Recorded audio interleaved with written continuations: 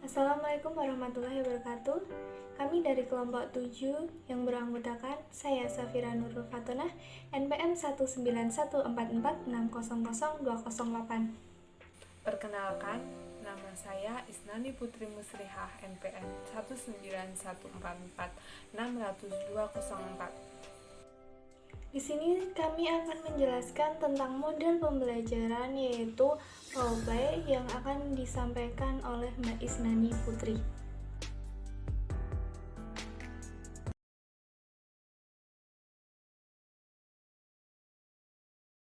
Yang pertama di sini saya akan menjelaskan mengenai pengertian role play atau bermain peran.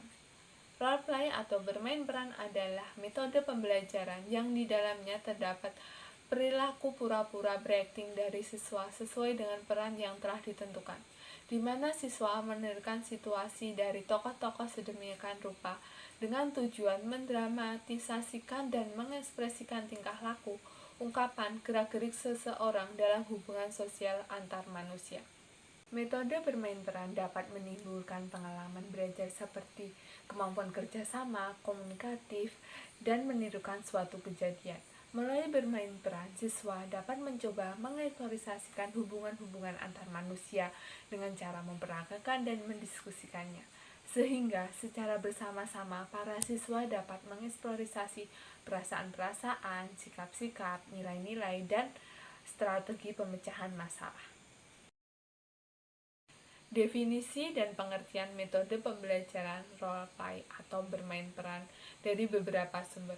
Yang pertama yaitu menurut Santoso 2011, bermain peran adalah mendramatisasikan dan mengekspresikan tingkah laku, ungkapan, gerak-gerik seseorang dalam hubungan sosial manusia. Yang kedua yaitu menurut Wahab 2009, bermain peran adalah berakting sesuai dengan peran yang telah ditentukan terlebih dahulu untuk tujuan-tujuan tertentu. Yang ketiga yaitu menurut Mulyono 2012, role play atau bermain peran adalah metode pembelajaran yang diarahkan untuk mengkreasikan peristiwa sejarah, peristiwa aktual, atau kejadian-kejadian yang mungkin muncul pada masa mendatang. Dan yang keempat yaitu menurut Yamin 2007, bermain peran adalah metode yang meletakkan internalisasi antar dua siswa atau lebih tentang suatu topik atau situasi.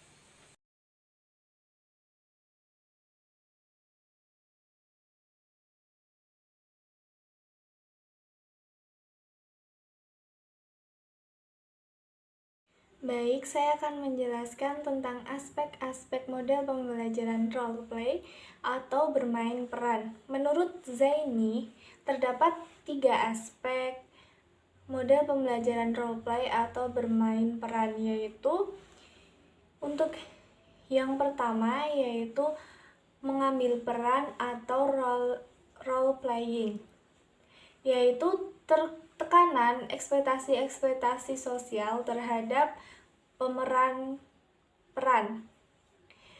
Contohnya adalah pada hubungan keluarga, apa yang harus dikerjakan anak perempuan, atau berdasarkan tugas bagaimana seseorang agen polisi bertindak dalam situasi sosial. Yang kedua yaitu membuat peran atau role marking, yaitu kemampuan pemegang peran untuk berubah secara dramatis dari satu peran ke satu peran yang lain dan menciptakan serta mendefinisikan peran sewaktu-waktu diperlukan. Yang terakhir yaitu yang ketiga, tawar-menawar peran atau role negotiation, yaitu tingkat di mana peran-peran dinegosiasikan dengan pemegang peran yang lain dalam parameter dan hambatan interaksi sosial. Yang selanjutnya yaitu tujuan role play atau bermain peran.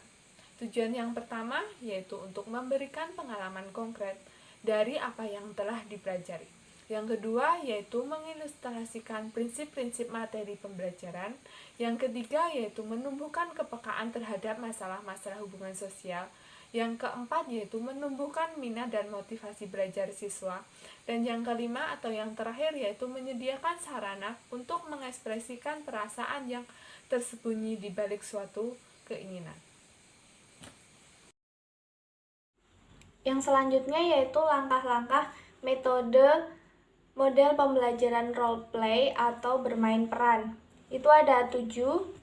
Untuk yang pertama,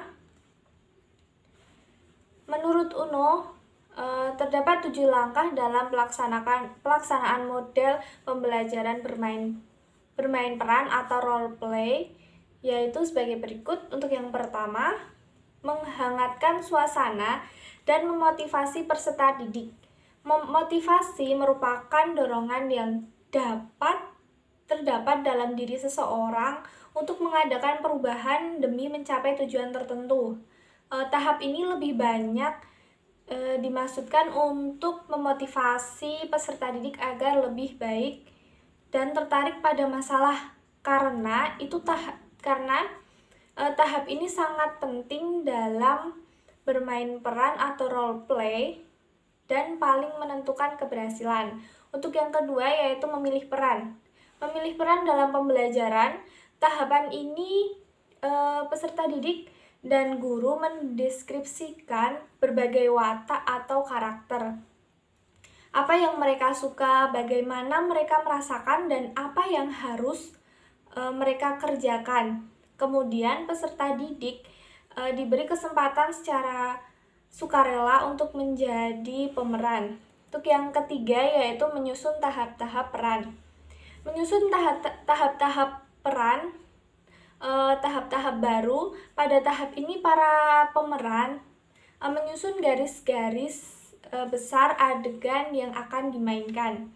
Untuk yang keempat yaitu menyiapkan pengamat. Menyiapkan pengamat, sebaiknya pengamat dipersiapkan secara matang dan terlibat dalam cerita yang akan dimainkan agar semua peserta didik secara matang dan turut mengambil dan menghayati peran yang dimainkan dan aktif mendiskusikannya. Untuk yang kelima yaitu pemeran. Pada tahap ini para peserta didik dimulai beraksi secara spontan. Sesuai dengan peran masing-masing, pemeran dapat berhenti apabila para peserta didik telah merasa cukup. Untuk yang keenam, yaitu diskusi dan evaluasi. Setelah melakukan peran, langkah berikutnya adalah analisis dari bermain peran tersebut.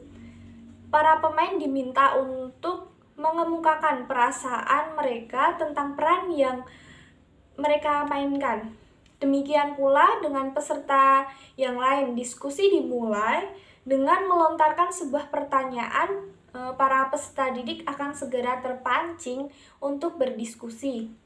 Untuk yang terakhir yaitu yang ketujuh, membagi pengalaman dan mengambil kesimpulan. Pada tahap ini, peserta didik saling mengemukakan pengalaman hidupnya dalam berhadapan dengan orang tua, guru, teman, dan sebagainya. Semua pengalaman peserta didik dapat diungkapkan atau muncul secara spontan. Kelebihan dari bermain peran atau role play ini adalah yang pertama, dapat berkesan dengan kuat dan tahan lama dalam ingatan siswa. Di samping menjadi pengalaman yang menyenangkan, juga memberikan pengetahuan yang melekat dalam memori otak. Yang kedua yaitu sangat menarik bagi siswa, sehingga memungkinkan membuat kelas menjadi dinamis dan antusias. Yang ketiga yaitu membangkitkan gairah dan semangat optimisme dalam diri siswa, serta menumbuhkan rasa kebersamaan. Dan yang keempat yaitu siswa dapat terjun langsung untuk memerankan sesuatu yang akan dibahas dalam proses belajar. Baik, yang selanjutnya yaitu kekurangan dari model pembelajaran role play atau bermain peran. Kekurangan atau kelemahan metode bermain peran atau role play adalah sebagai berikut. Untuk yang pertama yaitu role playing memerlukan waktu yang relatif panjang atau banyak. Untuk yang kedua, memerlukan kreativitas dan daya kreasi yang tinggi dari pihak guru maupun siswa, dan ini tidak semua guru memilikinya. Untuk yang ketiga, yaitu kebanyakan siswa yang ditunjuk sebagai pemeran merasa malu dan untuk memerankan suatu adegan tertentu. Yang keempat, yaitu apabila melaksanakan role play atau bermain peran mengalami kegagalan, bukan saja dapat memberi kesan kurang baik, tetapi sekaligus berarti bertujuan pembelajaran tidak tercapai. Untuk yang kelima, yaitu yang terakhir, tidak semua materi pelajaran dapat disajikan melalui metode ini. Baik, itu yang dapat kami sampaikan tentang model pembelajaran role play atau bermain peran. Semoga video kali ini dapat bermanfaat untuk kita semua. Ada salah kurang lebihnya, saya mohon maaf selaku moderator. Wassalamualaikum warahmatullahi wabarakatuh.